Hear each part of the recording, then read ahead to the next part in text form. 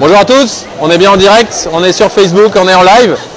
On est sur le stand Initiative Cœur, ici au village du Vendée Globe, au Sable d'Olonne. Et comme vous pouvez voir, ici, le public peut faire un don. Et donc la cagnotte augmente. Donc là, on est à 18 946 €.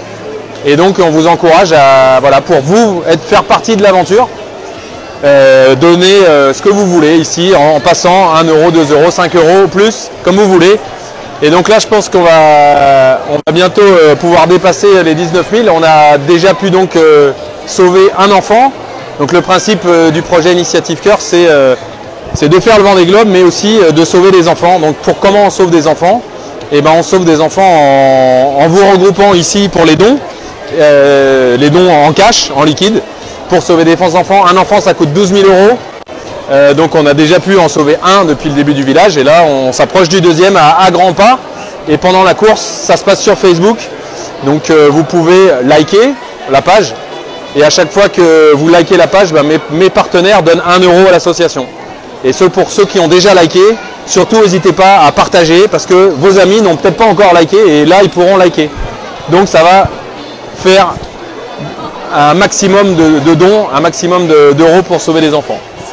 Donc je pense que là, il y a pas mal de monde sur le stand. On va bientôt pouvoir passer la barre des 19 000 €. Vous voyez tous les bénévoles de l'association et les gens de chez Caline qui se relaient pour vous accueillir. Et voilà, le compteur en live.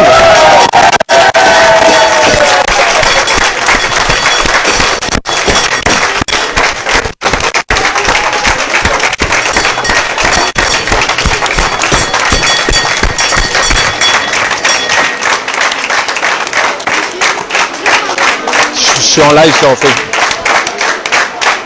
Donc voilà, c'est une petite fête à chaque fois. On voit, il y a beaucoup de monde sur le stand et c'est vraiment génial de sentir cette générosité du public. Donc voilà, on vous invite, vous pouvez venir récupérer des sacs de goodies et du coup, vous avez le droit de payer au prix que vous voulez le chapeau de Noël sur lequel on vous demandera ensuite de faire une photo, ça sera rigolo pendant la course. Et vous donnez ce que vous voulez et donc ça permet de sauver les enfants et on est déjà donc à 19 000 € de dons qui vont directement à l'association Mécénat Chirurgie Cardiaque pour opérer les enfants. Donc maintenant ce que je vous propose c'est d'aller sur le bateau, donc on va essayer de se frayer un chemin dans la foule pour vous faire visiter le bateau. Allez, suivez-moi.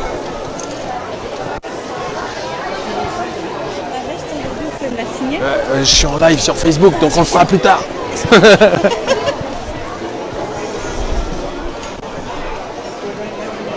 Donc voilà, on voit tous les stands des autres bateaux. Et on voit le monde dans le village.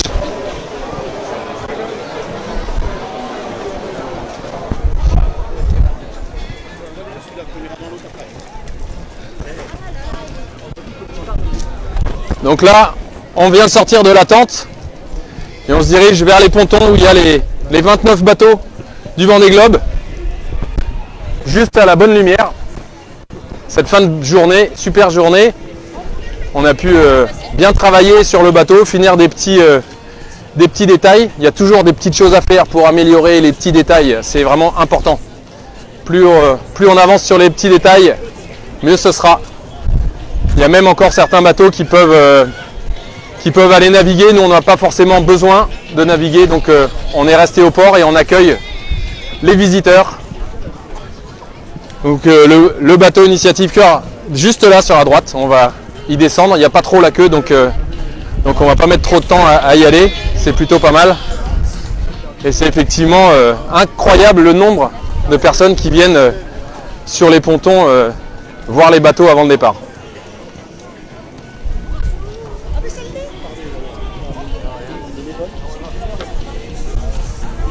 Bonjour. Merci.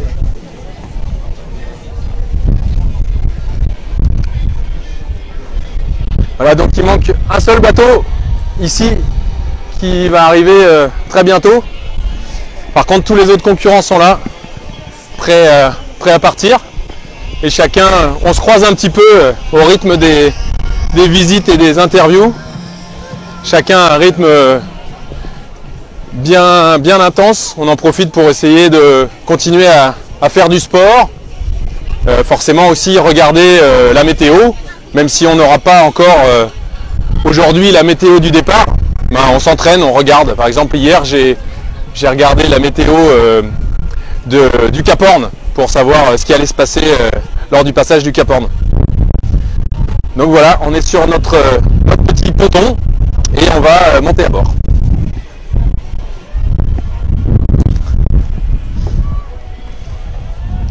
Alors c'est la fin de la journée, je ne sais pas s'il y en a encore qui travaillent. On va commencer par l'extérieur. Donc je crois que tout le monde, c'est bien parce que tout le monde a fini de travailler, donc on est tranquille. Ça me repose aussi de savoir que l'équipe rentre de bonne heure et n'est pas obligée d'être là jusqu'à 23 h.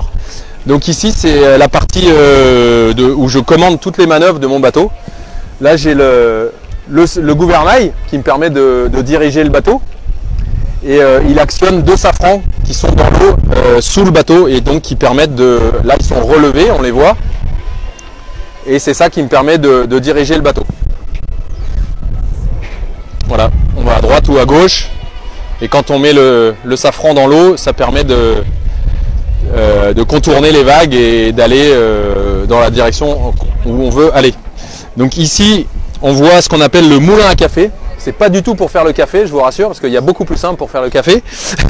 C'est pour actionner les winches. Donc ça, en fait, ça me permet de faire tourner ce winch là, donc autour duquel je peux mettre une écoute, et ce qui me permettra donc de border une voile et de la régler. Donc on voit que ça tourne, et c'est de la même manière qu'un vélo. Il y a 6 vitesses sur ces winches là, en fonction du sens dans lequel je tourne, et puis forcément plus ça devient dur, plus je mets une petite vitesse. Et donc ici on voit, c'est un peu, c'est peut-être un peu compliqué à comprendre, mais c'est toutes les cordes ici, voilà, qui reviennent du pied de mât et donc qui me permettent de monter les voiles, de les rouler, de les dérouler, etc. Donc au cas où, on a marqué ce que c'était sur chaque bloqueur, mais je connais quasiment par cœur tout ça, et même de nuit j'ai pas besoin de la lumière. Donc là, ça va directement vers le pied de mât et ça permet de tout recentraliser dans cet espace ici. Alors de temps en temps, ça fait des vrais paquets de spaghettis, ça fait des nœuds partout, mais c'est pour ça qu'il faut être bien organisé. Alors certains bouts vont dans ce sac, d'autres dans celui-là, et il faut vraiment faire dans le bon ordre. Ensuite ici, j'ai un cale-pied qui me permet de me reposer, et puis éventuellement comme je disais, d'être à ma position de barre. Donc voilà, là je peux diriger le bateau ici, et quand il y a du vent ou des vagues, je peux tirer cette casquette. Je peux vous montrer, on appelle ça une casquette coulissante.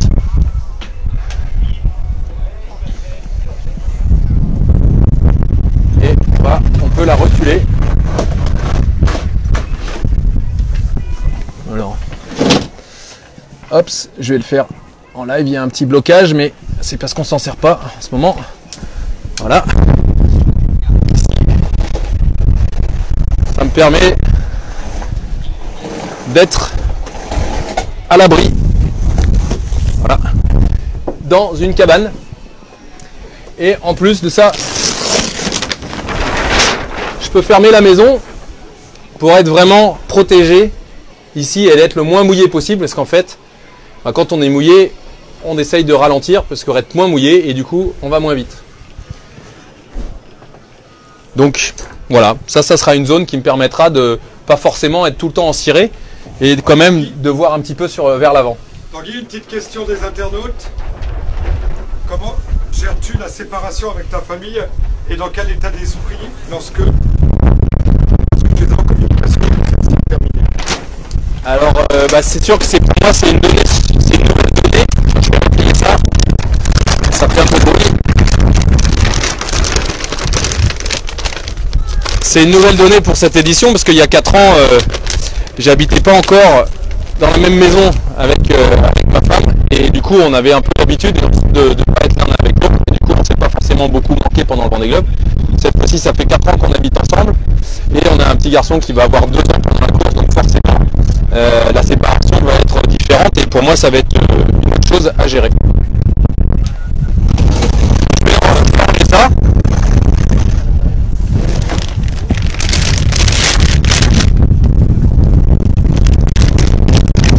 Voilà, et puis je vais venir vous remontrer l'intérieur. Voilà, donc comme vous pouvez voir, il y a deux portes pour rentrer à la maison. Donc choisissez celle que vous voulez.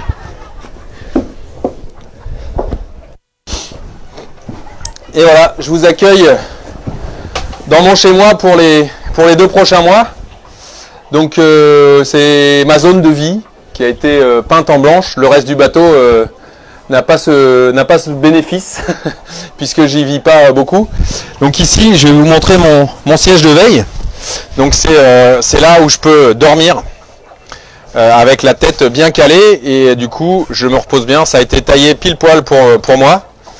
Et ici du coup j'ai mon bureau. Donc c'est aussi ma chaise de bureau qui me permet du coup de faire des petits sommeils. Donc soit de 10 minutes, soit des plus grandes phases d'1h30 pour rester le plus près possible de la carte. Et du coup de vérifier les différents paramètres du bateau, d'être sûr que je vais à la bonne vitesse, que le vent n'a pas changé, etc. Tanguy, on t'interrompt une petite seconde. Question de Stella. À quelle allure va ton bateau? Alors à quelle allure va mon bateau? Ça dépend du vent. Donc c'est pour ça que je reste très concentré pour suivre le vent et que je dors en fractionné. Puisque du coup, en général, le bateau arrive à peu près à aller à la vitesse du vent. Sauf quand il y a beaucoup de vent, donc on va un petit peu moins vite. Mais du coup, en général, donc, quand il y a 10 nœuds de vent, j'arrive à aller à peu près à 10 nœuds. C'est quoi 10 nœuds, vous allez me dire? 10 nœuds, c'est 10 000 nautiques par heure. C'est pas des kilomètres heure, c'est des 1000 nautiques. Et 1 000 nautiques, c'est 1,8 km. Donc 10 nœuds, ça fait à peu près 18 km heure. Donc là, je continue l'explication de mon bureau. J'ai mon réveil. Je vais vous le faire écouter parce que... Voilà. Donc il n'est pas très agréable et au bout d'une minute de sonnerie comme ça, il devient encore plus fort. Ici j'ai le téléphone satellite qui me permet donc de passer des appels mais aussi de me connecter sur internet pour récupérer la météo. Là c'est le pilote automatique, donc je peux mettre auto ou l'éteindre et après je peux lui dire d'aller un peu plus à gauche ou un peu plus à droite de 1 degré ou de 10 degrés. Comme vous voyez ici, il y a une caméra.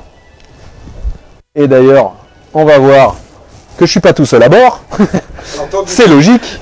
Je suis pas encore parti. Donc voilà, il y a un micro, une caméra et ici le poste de contrôle avec, on voit les 4 vues différentes des caméras puisqu'il y a 4 caméras fixes qui peuvent être sur cet ordinateur et en tout il y en a une 5e, c'est celle-ci qui je peux brancher ou débrancher et donc c'est là où je ferai la plupart des interviews pendant la course. En vous montrant forcément les images de l'extérieur pour vous montrer comment ça se passe. Alors, beaucoup de questions Tanguy sur ton sommeil, sur combien de temps dors-tu par jour et comment te prépares-tu à ce sommeil fractionné? Alors justement, je peux dormir ici dans mon siège, mais j'ai aussi 2 autres endroits dans lesquels je peux dormir. Donc j'ai un matelas qui est à peu près de la même matière que le siège, qui a été vraiment conçu pour être dans le bateau.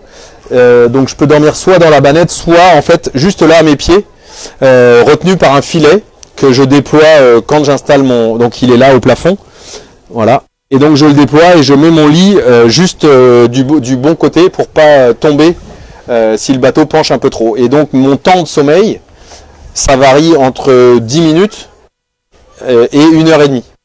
Donc maximum 1h30 à la fois, c'est-à-dire que 1h30 c'est un temps, c'est un cycle de sommeil en fait.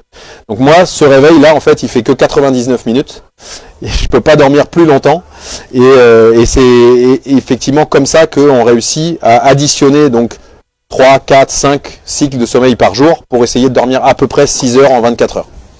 Donc ça c'est très important parce que si on dort pas assez, on prend des mauvaises décisions, on risque de se blesser et c'est dangereux pour le bonhomme. Et en plus, on peut limite avoir des hallucinations. Ça m'est déjà arrivé, mais sur ces bateaux-là, il faut vraiment faire attention parce que sinon, je pourrais faire des bêtises. Donc la suite...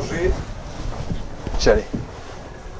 En parlant de danger, Guillaume te demande quel est le lieu le plus dangereux à naviguer pendant le Vendée Globe. Alors, Guillaume, le lieu le plus dangereux, mais en même temps le plus excitant, c'est dans les mers du Sud. C'est un endroit où on va très rarement. Et pour imager un peu les mers du Sud, c'est un peu comme si j'allais au ski et que je prenais pendant une semaine, je ne reprenais pas les remontées mécaniques. Donc c'est que en fait du tout chousse, du plaisir. Alors effectivement, il y a des grosses tempêtes, il y a des grosses vagues, c'est dangereux, mais c'est ça qu'on aime et c'est ça qui est vraiment extraordinaire dans cette course du Vendée Globe. Donc je vais continuer un petit peu la visite en attendant d'autres questions. Donc ici on voit le centre névralgique du bateau, donc c'est toutes les connexions électroniques, informatiques et électriques. Donc là on voit un panneau électrique somme toute assez simple avec des interrupteurs. Ici c'est pour allumer ou éteindre les caméras. Là c'est mon PC, c'est mon ordinateur et j'ai juste l'écran sur ma table à cartes. Là il y a le radar, mon voltmètre pour savoir l'état de charge de mes batteries. Et ici, juste deux boîtes en fait qui permettent de récupérer les informations des bateaux, des capteurs du bateau, donc pour savoir la force du vent, etc. et les renvoyer vers l'ordinateur. Tout en haut là, c'est le téléphone satellite. Et ici, c'est un micro tout simple pour en fait enregistrer le son du bateau sur différents micros qui sont positionnés à l'intérieur. Donc en dessous ici. On fait une petite pause question. D'accord. Christophe demande quel est ton objectif. Et j'ai une autre question qui demande quelles sont tes astuces pour tamariner pour les derniers jours. Alors, pour mon objectif, on va commencer par la question de Christophe. Mon objectif déjà, forcément, c'est de terminer le Vendée Globe. C'est vraiment une course très difficile. Il y a 50% des bateaux qui n'y arrivent pas. Donc mon objectif numéro 1, c'est de le terminer. Et après, j'ai deux objectifs. L'objectif sportif de faire le tour du monde le plus rapidement possible sur ce bateau. Donc ça veut dire à peu près 80 jours. Donc c'est assez symbolique aussi. Et l'objectif solidaire avec tous les clics qu'on pourra réunir sur Facebook. Donc encore une fois, je vous invite à liker et à faire liker vos amis. Donc partager, etc. Parce que grâce à vous, on est plus nombreux à aider l'association Mécénat Chirurgie Cardiaque. Et donc l'objectif solidaire, c'est de sauver 30 enfants. Sur le Vendée Globe 2012, on a pu en sauver 20. Donc là, on devrait quand même pouvoir y arriver. Donc je compte vraiment sur vous. Et donc pour s'amariner, la deuxième question, qu'est-ce que ça veut dire? C'est en fait habituer mon corps au fait d'être en mer. Parce qu'en fait, quand on est en mer, le bateau bouge. Donc c'est pas tout à fait le même système pour digérer. On met quelques jours à s'y faire. Donc si les conditions sont bonnes, ça se fait un peu tout seul. Et si les conditions sont mauvaises, ça peut arriver du coup d'être malade. Donc on a du mal à digérer. Et du coup pour ça, moi je vais faire en sorte, c'est la première fois que je vais faire ça. C'est la deuxième fois en fait, mais j'ai essayé pour une première course. C'est que je vais prendre des médicaments. Si la météo est mauvaise, je prendrai des médicaments parce que en fait quand on a du mal à manger ou du mal à digérer, on devient fatigué. Et encore une fois, on fait des erreurs et on prend des mauvaises décisions. Donc je vais essayer surtout d'éviter ça. Donc cette fois-ci, je vais prendre des mesures pour ne pas être malade, même si il y a des fois où je ne le suis pas, mais il y a des fois où je le suis. Donc ça, je vais essayer d'être plutôt sûr cette fois-ci. Marc te demande quelle est la source d'énergie pendant ces 2 mois. Et bien justement, j'y étais, on est là, donc on va répondre à la question en continuant la visite. Ici, dans l'intérieur du bateau, il y a le moteur. Voilà, on le devine ici, il est juste caché par la boîte noire. Et donc forcément, le moteur, c'est une course à la voile. Vous allez me dire pourquoi il a un moteur. Mais en fait, il y a un moteur pour recharger les batteries. L'hélice, elle n'a pas le droit de tourner. Et on voit ici une pièce orange qui me permettra de bloquer l'hélice. L'hélice, elle est là, juste là. Elle est en train de, elle ressort sous le bateau. Voilà, là, elle traverse la coque et ici, il y aura l'hélice. Donc cette pièce-là me permettra de la bloquer et elle sera scellée et vérifiée par les arbitres. Donc on n'a absolument pas le droit de faire tourner l'hélice du moteur. Par contre, on utilise l'alternateur pour recharger les batteries. Et on a une deuxième source d'énergie, c'est les hydrogénérateurs. Donc on les a peut-être aperçus tout à l'heure près des safrans, à l'arrière du bateau. C'est des petites hélices qu'on met dans l'eau et avec une dynamo, en fait, ça fait tourner, ça recharge les batteries, ça crée de l'énergie. Donc pour la suite de la visite, il suffit de se retourner et on aura presque fini. C'est la cuisine tout est. Alors le meilleur menu, j'ai les 2/3 de mes menus qui sont des menus lyophilisés comme ce petit sachet là. Donc c'est, comme vous entendez, c'est de la poudre. Donc je rajoute de l'eau bouillante dedans et au bout de 10 minutes, c'est réhydraté et je peux manger un bon repas. Mais effectivement, le meilleur repas pour moi, en fait, c'est des plats tout simples, comme des pâtes au pesto ou avec un peu de parmesan. Et ça, c'est vraiment des choses que j'insiste à emporter sur ma course. Et donc, j'ai 2 tiers de lyophilisé pour une question de poids. Et le reste, c'est soit des plats comme ceci, mais qui n'ont pas été déshydratés. Donc, il y a déjà la sauce dedans. Donc, ils font 500 grammes au lieu de 150. Donc, forcément, ils sont plus lourds. Et comme moi, je fabrique mon eau avec l'eau de l'océan, bah, c'est mieux de partir avec de la poudre. Mais au bout d'un moment, c'est quand même sympa de changer. Donc, j'amène des plats apertisés, comme on dit, que j'ai juste à réchauffer au bain-marie.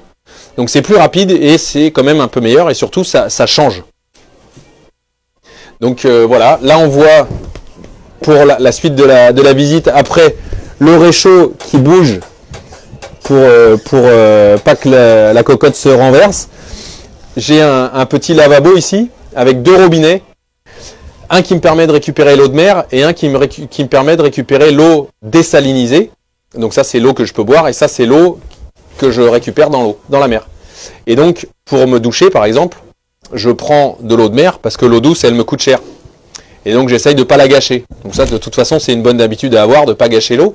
Mais celle-ci, comme je dois faire tourner mon désalinisateur pour la produire, j'essaye de pas trop la gâcher. Donc, j'utilise, par exemple, pour une douche, j'utilise de l'eau de mer et j'utilise uniquement un demi-litre d'eau douce pour me rincer. Donc ici, on voit mes petits couverts. Voilà. Petit couvert en titane. Voilà, il a fait le point. Voilà, la fourchette, la cuillère et le couteau. Donc, et donc, un petit secret, je vous le dis à vous, mais en fait, j'emmène une machine pour faire de l'eau gazeuse. Donc, on l'a un peu customisé, mais en fait, ça me permet de ne pas emporter trop de bouteilles. Et du coup, avec juste une bonbonne de gaz, de faire plusieurs litres de boissons gazeuses. Et ça c'est quand même assez sympa. Parce que l'eau déshydratée, enfin l'eau, pardon, ça n'existe pas, l'eau déshydratée. L'eau désalinisée, à force, elle a quand même un petit goût. Et du coup, c'est sympa au moins d'avoir des bulles. Et puis pourquoi pas d'avoir des petits goûts dedans. Ça me permet aussi de rajouter de temps en temps des minéraux pour être sûr de ne pas être en carence à la fin de la course. Toujours sur la nourriture, Xavier et Marguerite veulent connaître le menu de Noël et Didier veut savoir si tu perds du poids.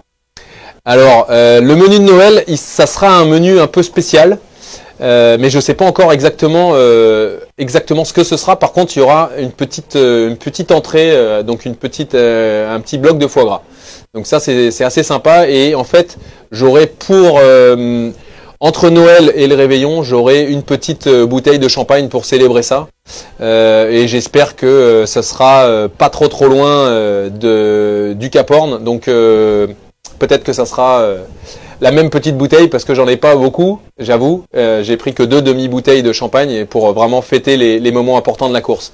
Et pour ce qui est du poids, en fait, la dernière fois, donc j'avais passé 98 jours en mer et j'étais revenu à 100 grammes près au poids de départ, en fait. Donc peut-être que mon centre de gravité avait un peu monté parce que j'avais forcément beaucoup plus travaillé les bras que les jambes. Mais en tout cas, j'étais exactement au même poids. Donc j'espère que cette fois-ci, ça sera à peu près pareil. Donc là, pour continuer, il y a quelque chose d'assez important au-dessus de ma tête. C'est la balise de détresse que vous voyez ici. Donc elle est vraiment entre les 2 portes pour que je puisse l'attraper le plus vite possible et sortir avec si je dois quitter le bateau. En cas de grosse avarie et donc pour qu'on vienne me chercher, c'est cette balise-là que les sauveteurs ont comme point de repère pour la position et pour venir chercher quelqu'un en cas de problème. Alors, plusieurs questions sur le plaisir à bord. Est-ce que tu as des cadeaux pour Noël? Est-ce que tu écoutes de la musique?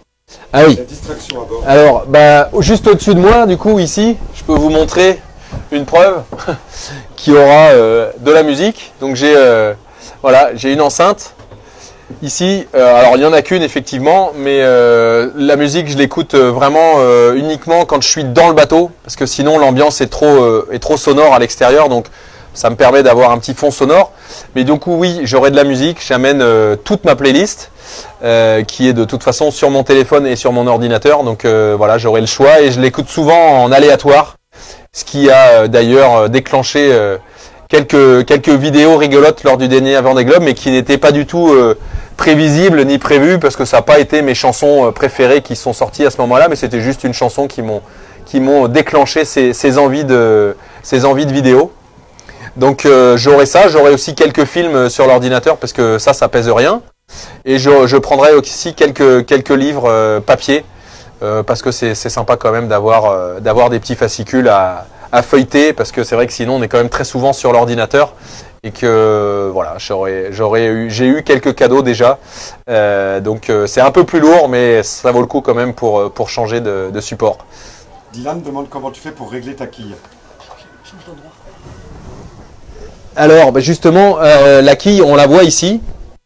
Si tu veux venir voir Dylan, il y a un gros vérin hydraulique qui est ici. Donc c'est le gros cylindre. Je ne sais pas si on arrive à le voir, qui est là. Voilà, la quille elle est par là. Et par ce côté-là, il y a une boîte électrique qui permet donc d'activer la quille, donc de la pousser ou de la tirer.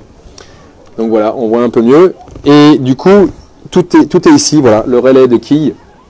Donc là, il y a effectivement beaucoup de câbles encore.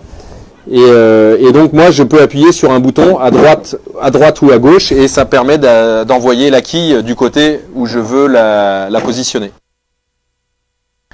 La quille, elle fait 4,50 m de profondeur. Et au bout des 4,50 m, il y a un bulbe qui fait, donc c'est comme une espèce de torpille qui fait 3 tonnes et qui permet en fait que le bateau se renverse pas quand le vent souffle dans les voiles. Donc le vent il pousse dans les voiles, le bateau il penche et du coup pour aller le plus vite possible il faut essayer de garder le bateau le plus à plat possible en utilisant la quille parce que moi mon poids ne suffit pas. Le bateau il fait à peu près 8 tonnes 5, il fait un peu plus que ça au départ du Vendée Globe et du coup on utilise tout ce qu'on peut, tout le poids que j'ai embarqué dans le bateau, je l'utilise pour m'aider à mettre le bateau le plus à plat possible. Zaina demande si on peut t'envoyer des messages pour t'encourager pendant la course. Alors surtout, oui, j'attendrai vos messages avec impatience. Donc envoyez-les sur Facebook et du coup, effectivement, profitez-en pour commenter les vidéos que vous voyez parce que vos amis vont les voir. Et du coup, si vos amis les voient, ils vont peut-être liker la page et donc on va pouvoir sauver plus d'enfants ensemble. Donc tout ça sur Facebook. Et moi, je ne suis pas sur Facebook pendant la course, mais j'ai des résumés. Donc on m'envoie tous vos messages par email et je les lis dès que j'ai le temps. Et surtout, quand j'ai des problèmes, n'hésitez surtout pas à essayer de me donner des conseils pour résoudre les problèmes parce que la dernière fois, ça m'a bien aidé. En tout cas, ça m'a donné une certaine motivation pour réparer mon avarie. Plusieurs questions sur la stratégie de course et la météo, et en particulier de Lulu qui veut savoir si la stratégie est discutée avec l'équipe à terre. Alors non Lulu, moi j'ai absolument pas le droit d'être aidé pour la météo. C'est une des règles du Vendée Globe, donc je dois tout faire tout seul sur mon ordinateur. Donc comme je disais tout à l'heure, je récupère les cartes vidéo météo. Donc il y a 2 cartes météo, il y a une carte météo européenne et une carte météo américaine qui arrivent 2 fois par jour. Donc ils sont pas toujours d'accord. Donc après, je fais mon petit calcul et je regarde ce qui se passe en vrai autour de moi et du coup derrière je fais mon choix de route. Mais il n'y a aucun droit d'assistance pour la météo. C'est complètement interdit.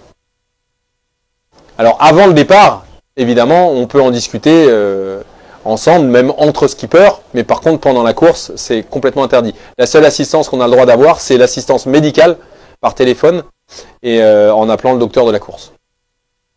Donc voilà, ici, c'est un sac qui représente à peu près, il est un peu plus lourd que d'habitude, mais ça représente à peu près 10 jours de nourriture. Donc là, je ne sais pas si c'est de la nourriture qu'il y a dedans. Non, c'est pas de la nourriture, c'est du matériel. Mais c'est à peu près le même sac. Et donc là-dedans, il y a 10 ou 11 jours de nourriture. Et donc ces sacs-là, je dois les transborder aussi d'un côté à l'autre. Et là, on voit tout le matériel de travail parce qu'on est au sable, mais il y a encore, comme je disais tout à l'heure, des petits détails. Donc là, c'est la trousse de couture de Solène. Je ne vous dirai pas que je vous ai montré, parce qu'elle est très précise, très précieuse pour sa trousse. Elle organise vraiment bien, vous voyez ces petites trousses. Donc ça, c'est tout son matériel de travail. Et puis, elle s'occupe du matelotage. Donc elle s'occupe de ce qu'on appelle les cordes, donc tous les bouts sur le bateau, et la sécurité. Donc on a fait justement, voilà, par rapport à la sécurité, on a fait le contrôle sécurité.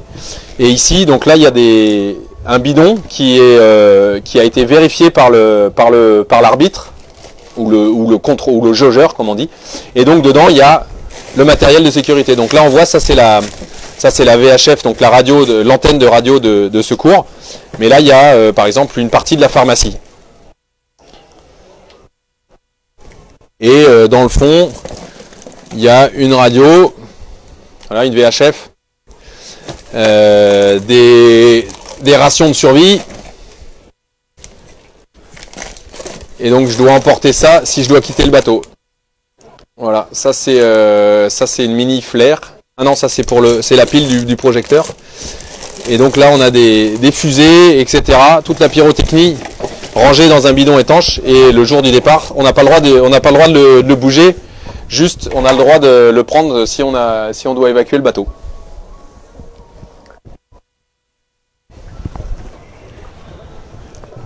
Et donc, pour finir, on va aller à l'avant. On va vous montrer la partie où je n'habite pas vraiment, mais qui me permet quand même de stocker les voiles.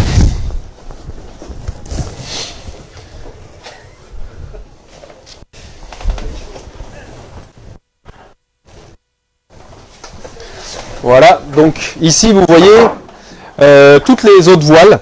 Donc en tout j'en ai 9. J'ai 9 voiles et elles sont toutes dans un sac. Donc là, les sacs gris.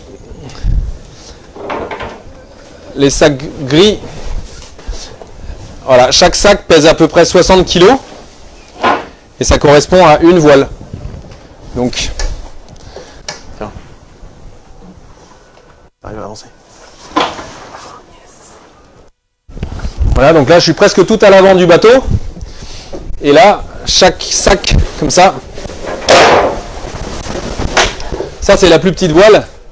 Elle doit peser peut-être 25 kg.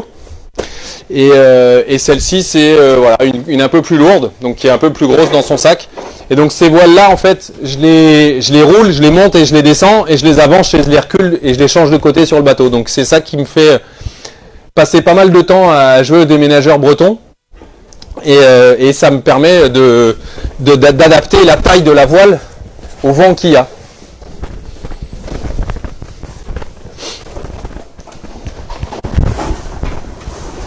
Hop là.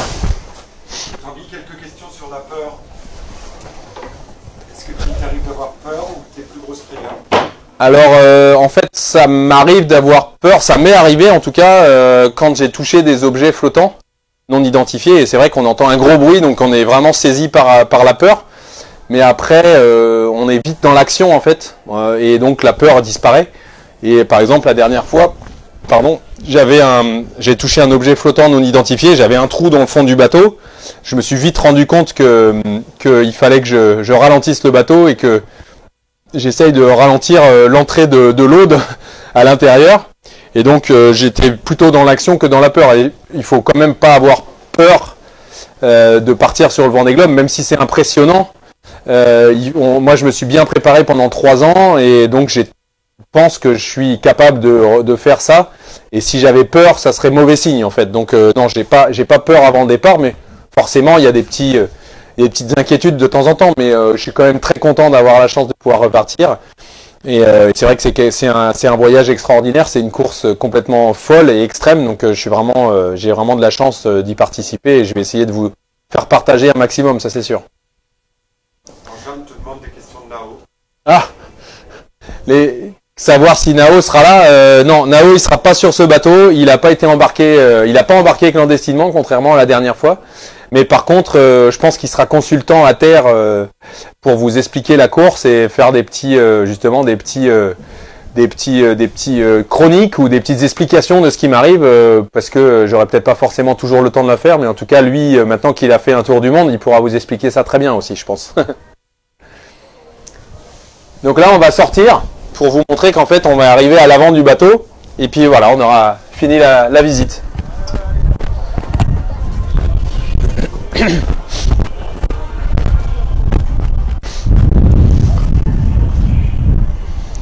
Voilà, donc on est Sur la partie avant du bateau, c'est la partie pointue.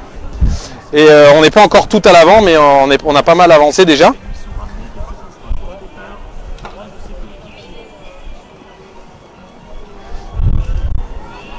Et donc on voit qu'il y a même à cette heure-ci, il y a encore du monde sur les pontons. Voilà, donc là je vais aller tout à l'avant du bateau.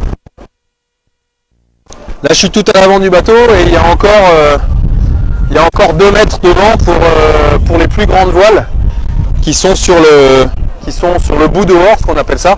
C'est la partie qui dépasse à l'avant. Donc là je suis à l'avant de la coque, mais par contre il y a une partie qui dépasse encore de 2 mètres de vent. Et c'est là où je peux envoyer le spi et les très très grandes voiles qui montent jusqu'en haut du mât. Le mât qui fait 30 mètres. Donc au final le bateau il fait 18 mètres jusqu'à moi là, plus 2 mètres de vent et 30 mètres tout en haut. Là. Donc pendant le Vendée Globe, la dernière fois, j'ai dû monter 2 fois tout en haut du mât. Je mets à peu près entre un quart d'heure et 20 minutes pour monter tout en haut, tout seul, avec des poignées d'escalade. Et ensuite, je fais ma petite réparation, parce que forcément, je monte parce que j'ai quelque chose à faire. Je monte pas juste pour regarder le paysage. Et donc, je fais ma réparation. Et là, en l'occurrence, c'est parce que j'avais cassé l'instrument qui me permet de savoir la force du vent, l'anémomètre, qui me permet de faire fonctionner mon pilote automatique. Donc, sans pilote automatique, c'est vraiment difficile de faire de la course en solitaire. Donc j'étais monté avant d'arriver dans les mers du Sud et du coup j'ai pu remplacer cette pièce, même si j'en avais 2, je préférais en avoir 2, j'en avais cassé qu'un, mais je suis allé remplacer le premier que j'avais cassé pour être sûr de ne pas avoir de problème. Et ensuite, après le Cap Horn, j'ai dû remonter une 2e fois parce que j'avais cassé des drisses, donc c'est ce qui me permet de monter la voile jusqu'en haut du mât. Donc voilà, j'ai dû monter 2 fois la dernière fois, j'espère que cette fois-ci j'aurai pas à monter, mais en tout cas je sais le faire si j'ai besoin de le faire. Pour le vertige, je te demande Claire. Alors oui, pour le vertige, non, en fait, en général, déjà je suis pas sujet au vertige en règle générale, mais surtout quand on est là-haut, on est quand même accroché à quelque chose, puis on est surtout très concentré sur ce qu'on doit faire. Donc non, j'ai pas de problème avec le vertige. Tu peux mettre ça à l'intérieur. Je change mon micro pour que vous m'entendiez mieux. On va voir ce que ça donne. Voilà. Donc voilà, on va pouvoir revenir par l'arrière sur le bateau. Donc là ici, dans ce sac, il y a ce qu'on appelle la grand voile. C'est pas la plus grande, mais c'est celle qui est tout le temps en place et qui est derrière le mât. Donc celle-là, elle est tout le temps là et je peux varier. Donc on dit prendre des ris. Donc je vais prendre des ris, donc je vais la monter tout en haut du mât ou alors un peu moins. Et donc le mât est divisé en 5 parties. Et donc je peux prendre, réduire la taille de la voile en fonction de la force du vent. Tout à l'heure à l'avant, il y avait dans un sac rouge, il y avait une autre voile qui est aussi en permanence à poste et que je peux rouler ou dérouler. Et après, c'est toutes les autres voiles qu'on avait vues en bas qui sont dans les sacs. Ici, c'est des dérives. On appelle ça des dérives, elles sont dans des sacs là pour pas s'user au soleil. Et en fait, on les descend dans l'eau parce qu'en fait, quand j'avance vers l'avant et que le vent vient de la gauche, je mets la quille pendulaire vers la gauche pour aplatir le bateau au maximum, mais du coup le bateau il va déraper. Donc en fait j'utilise ça pour que le bateau il aille vers l'avant et pas sur le côté. C'est un peu comme en ski, c'est un peu comme la quart du... Donc voilà, c'est des dérives, je remonte et je les descends en fonction, celle de droite ou celle de gauche, en fonction dans le sens où vient le vent. Et donc le bateau qui s'oriente et qui tourne sur une boule qui est ici.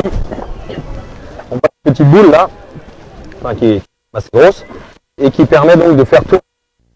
Le mât s'oriente pour faire un profil d'aile d'avion et avoir un profil aérodynamique le plus performant possible. Et c'est creux et c'est en carbone. Et quand je monte, je ne peux pas monter à l'intérieur. Alors quand les bateaux sont beaucoup plus gros, on peut monter à l'intérieur, mais sur celui-là, on voit bien, il n'est pas assez grand pour que je rentre dedans. Et voilà, donc là c'est tous les cordages qu'on a vus tout à l'heure et qui arrivent entre les deux portes à l'arrière. Je croyais qu'on n'employait pas le mot cordage sur un bateau. Non, mais c'est pour vous, je fais exprès, je fais des efforts. Voilà, c'est tous les bouts C'est tous les boots que Solène a préparés. Donc tous les boots ont une couleur spécifique. Donc par exemple celui-là, il sert à enrouler la voile qui va tout à l'avant. Et pour régler cette voile-là, j'aurai des écoutes de la même couleur. Comme ça, j'ai un code couleur qui me permet de pas trop me tromper. Même si maintenant je les connais bien par cœur, mais au début c'est quand même pratique. Exactement, tu es attaché quand tu manœuvres les voiles. Ah oui, bien sûr, je suis accroché ici, d'ailleurs, je suis juste là. Voilà, j'ai un harnais et je m'accroche sur cette ligne de vie qui va, comme on le voit, elle va jusqu'à l'avant du bateau et elle va aussi tout à l'arrière. Donc dès que je sors du cockpit, donc la bassine qui est à l'arrière, et ben, je m'accroche ici avec un mousqueton qui coulisse et qui me permet d'être accroché pour surtout pas tomber à l'eau, parce que quand je suis en solitaire, le pire truc c'est de tomber à l'eau, parce que dans ces cas-là, il n'y a personne qui viendra me chercher. Donc même si je nage plutôt pas trop mal, ça suffira pas.